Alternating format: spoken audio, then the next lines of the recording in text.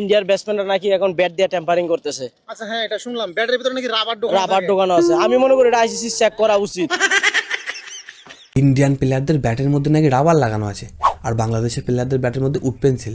ওরা মাঠে খেলতে নেমে যতবারই উড পেন্সিল দিয়ে রান লেগে ইন্ডিয়া রাবার দিয়ে মুছে দেয়। পরের বার ইন্ডিয়ান প্লেয়াররা যখন মাঠে খেলতে নামবে, ব্যাটের মধ্যে পেন্সিল কাটার নিয়ে নামবে, তোদের প্লেয়ারদের সব পেন্সিলগুলো কেটে দেবে।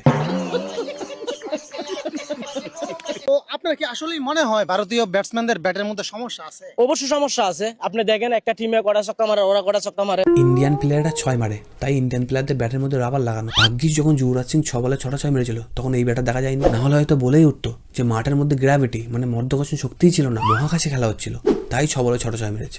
ছক্কা মারে, ওরা কটা ছক্কা মারে। খালি শক্তি হইলেও তো হবে না, শক্তি তো সব দেশে আছে। শক্তি ওয়েস্ট ইন্ডিজে শক্তি আছে না, অস্ট্রেলিয়াতে তো অনেক শক্তি। ইন্ডিয়া 4টা আর বাংলা ওয়েস্ট ইন্ডিজের হচ্ছে আপনার 1টা।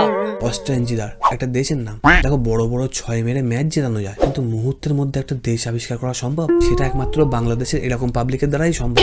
ভাই মুহূর্তের মধ্যে এক নতুন দেশ আবিষ্কার করে ফেললো, অস্ট্রেঞ্জিদার। ভারতীয় প্লেয়ারদের ক্রিকেট ব্যাট দিয়ে যদি বাংলাদেশ খেলে, ইন্ডিয়ারে কত রানের টার্গেট দিবে মিনিমাম? মিনিমাম 400 রান দিবে টি-20-তে।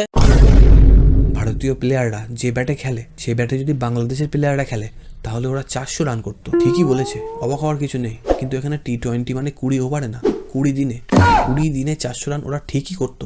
আমার একটা অনুরোধ আছে, কপিল শর্মার শোতে একে একবার ডাকা হোক। One of the best comedian of Bangladesh. না, শোতে আসার জন্য টাকা পয়সা দেওয়ার দরকার নেই। 1 কিলো চিনি আর 1 কিলো আটা দিলেই হবে। এবার ওই 1 কিলো চিনি আর 1 কিলো আটা দেওয়ার পরের দিন যখন তুমি গুগলে সার্চ করবে যে most richest people of Bangladesh, বাংলাদেশের সর্বোচ্চ 10 জন ধনী ব্যক্তির মধ্যে এর নাম চলে আসবে, গ্যারেন্টি।